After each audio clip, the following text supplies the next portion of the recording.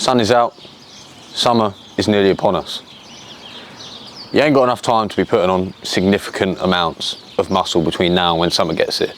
That ship has sailed, lads. Unfortunately, sorry to be the bearer of bad truth, but you've wasted your winter and now you've got no fucking option other than to get shredded for summer. That is the only option for you to look elite once the sun comes out properly. We've got the sun out now a bit in the UK, right? Summer is on its way, but if you want to be in the best possible shape for summer, don't worry about adding loads of mass onto the physique. You haven't got enough time for that, right? We've got to get lean, diced, shredded, chiseled, whatever you want to call it, right?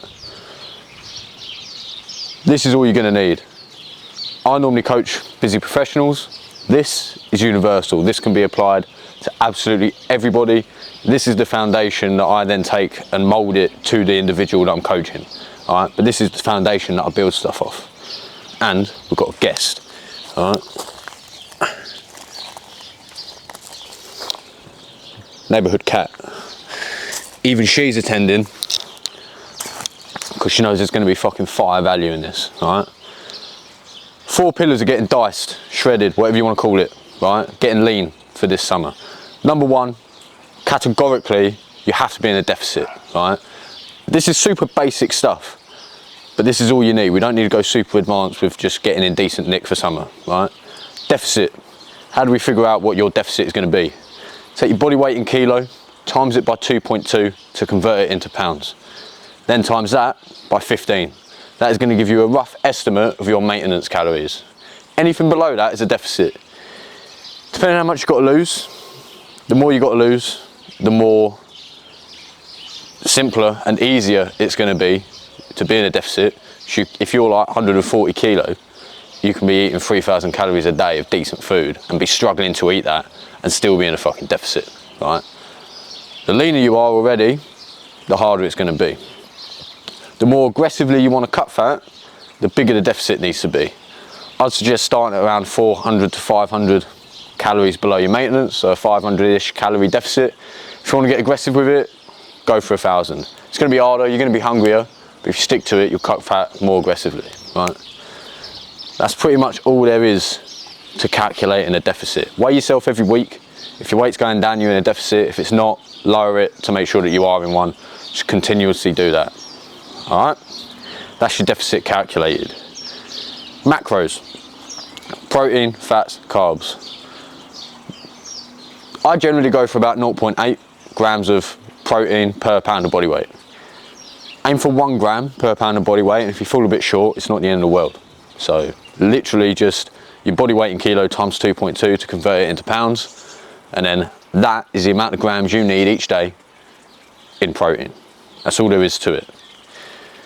Carbs. Because we're in a deficit, we need to be strategic with where we're placing certain macronutrients. Protein you can sort of have whenever, it ain't really that deep. Have a little bit each meal, right? About 40 to 50 grams each meal, depending on your weight, right? If you're heavier, then you need more per meal, but generally 50 grams a meal, you'll be in a good way. Carbs, we don't want to be just having willy-nilly, right? We don't want to be having it fucking everywhere. Before training is best, right? That is going to fuel us for our training.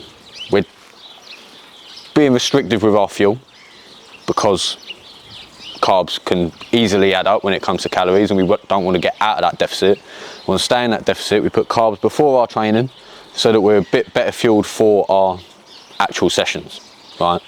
Which will lead into this in a minute. I'm hoping you can see all this. If you can't, I'm explaining it all anyway, so don't worry about it. Fats. Fats are key for hormonal health, right? In this specific scenario, we're primarily talking about testosterone. You need healthy fats and cholesterol, right? To make sure that you've got, fucking hell, that was a big old B by the sound of it. Fats and cholesterol, right? Precursor to testosterone is cholesterol. Cholesterol isn't like some big fucking enemy. If you're like having a load of shit cholesterol, yeah, but stuff like eggs are going to be essential in this, right? 4 eggs at night, tin of mackerel, maybe 2 tins of mackerel, decent protein from the mackerel, decent fats, it's an oily fish, and you're getting cholesterol and healthy fats from the eggs as well, before bed, right? primarily hormonal production is when you sleep. So you basically want to flood your body with eggs and oily fish, healthy fats, all of that. As I said, eggs and mackerel before bed.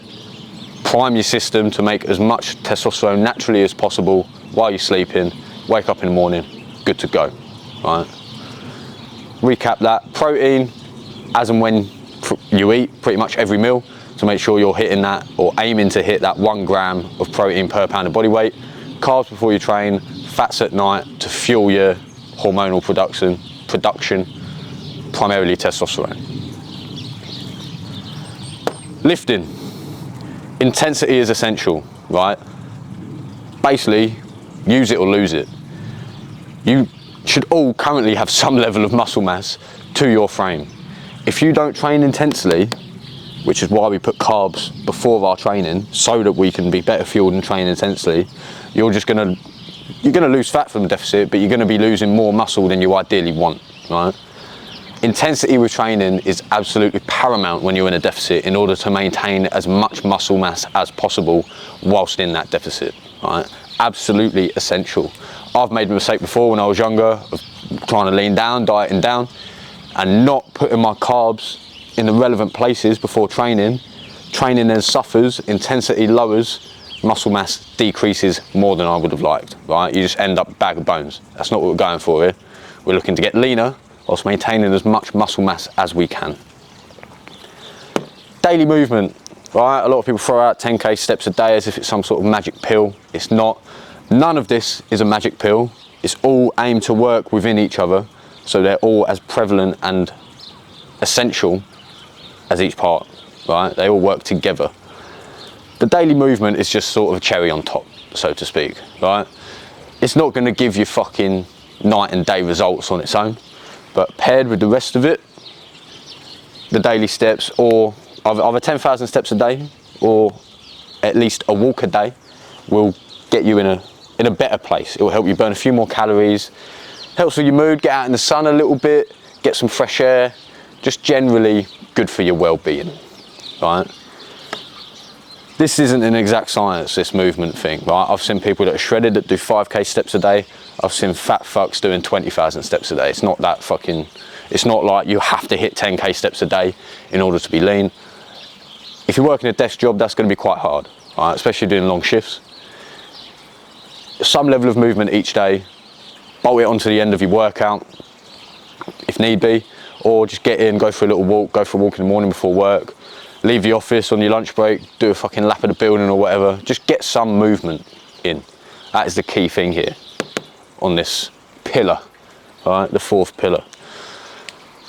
Using all of them, so again, super basic stuff, right? We're not doing any, I'm not revealing any groundbreaking shit to you here. This is all basic stuff that most of you probably already know to a certain degree, especially when it comes to like, you need to be in a deficit to lose weight, right?